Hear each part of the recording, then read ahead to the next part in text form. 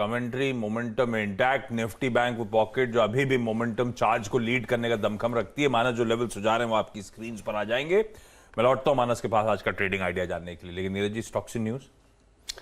Stocks in news में जो प्रमुख जैसे सीमेंस का एक रिजल्ट आया जो अनुमान से थोड़ा कम आया है, अदरवाइज तो ठीक है। एब्सोल्यूट टर्म में आप देखेंगे तो बहुत अच्छे नतीजे दिखेंगे, सब कुछ इंप्रूव हो गया है, लेकिन एस्टिमेट्स के मुकाबले थोड़े से नंबर्स कम है। प्रॉफिट 300 करोड़ इन लगाया, उससे ज़्यादा का अनुमान था। रेवेन्यू 4200 करोड़ आया, उससे ज़्यादा का अनुमान था।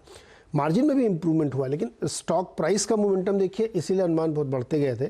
तो यहाँ पे ये ध्यान रखना चाहिए। दीपक नाइट्राइट के नतीजे काफ़ी कमज़ोर मैं मानूंगा, क्योंकि यहाँ पे जो मार्जिन है ना उसमें बहुत तेज़ 10% की कम से कम गिरावट देखने को मिली है।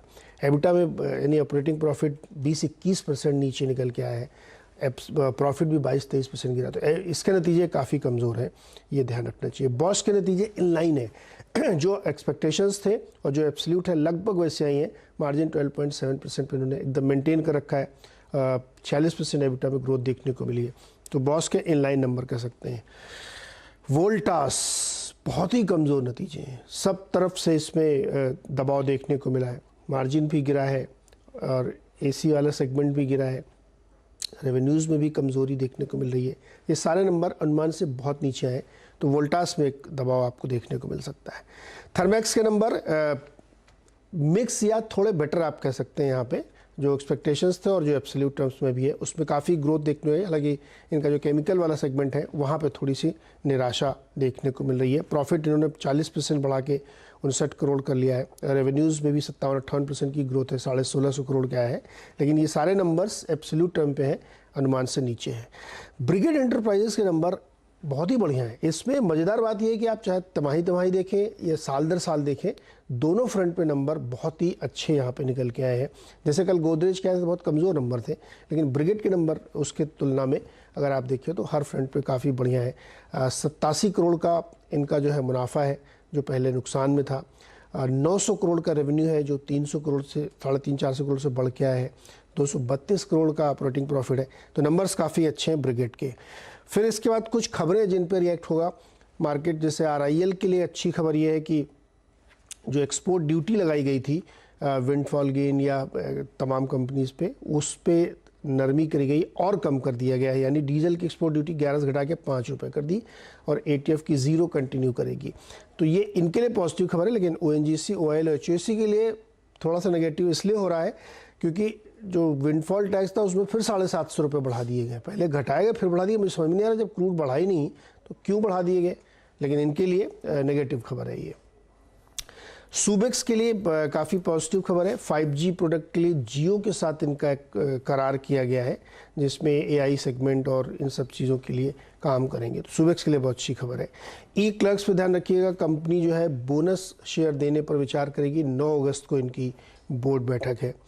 और बिंदु फार्मा के लिए नेगेटिव खबर है। 15 यूनिट को US FDA से 3 आपत्तियाँ जारी की गई हैं फॉर्म 483 के तहत, यानी कुछ कंसर्न्स दिखाए गए हैं इनके प्रोडक्शन प्रोसेस को लेकर के। जुबिलेंट फार्मोवा पे 6 आपत्तियाँ US FDA ने जारी की हैं रुड़की प्लांट को लेकर के, तो वो भी एक इनके लिए नेगेटिव खबर है। और जोमेटो में आज एक ब्लॉक डील हो सकती है ऊबर की तरह। अरे कल ऊबर का वहाँ पे जो रिजल्ट आया था US में, तो वहाँ पे ये दिखाया गया कि इसी के चक्कर में जोमेटो और 1-2 इन्वेस्टमेंट के चक्कर में उसको बहुत तगड़ा नुकसान हुआ है। तो अब उन्होंने, हमको लगता है ये तय कर लिया कि वो निकल ही जाएंगे। तो इसमें जो ब्लॉक डील है वो 14% डिस्काउंट हो सकती है और कल स्टॉक 20% ऊपर था।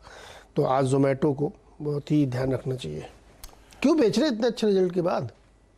खेला हो बे कल जो जिन ने ऊपर लिया होगा, क्योंकि कल तक तो सबको पसंद आ रहा था। सारे फंडामेंटल, सारी ब्रोकरेजेस, गोरे सबको माल चिपकने वाला। बहुत अनप्रेडिक्टेबल हो गया ये।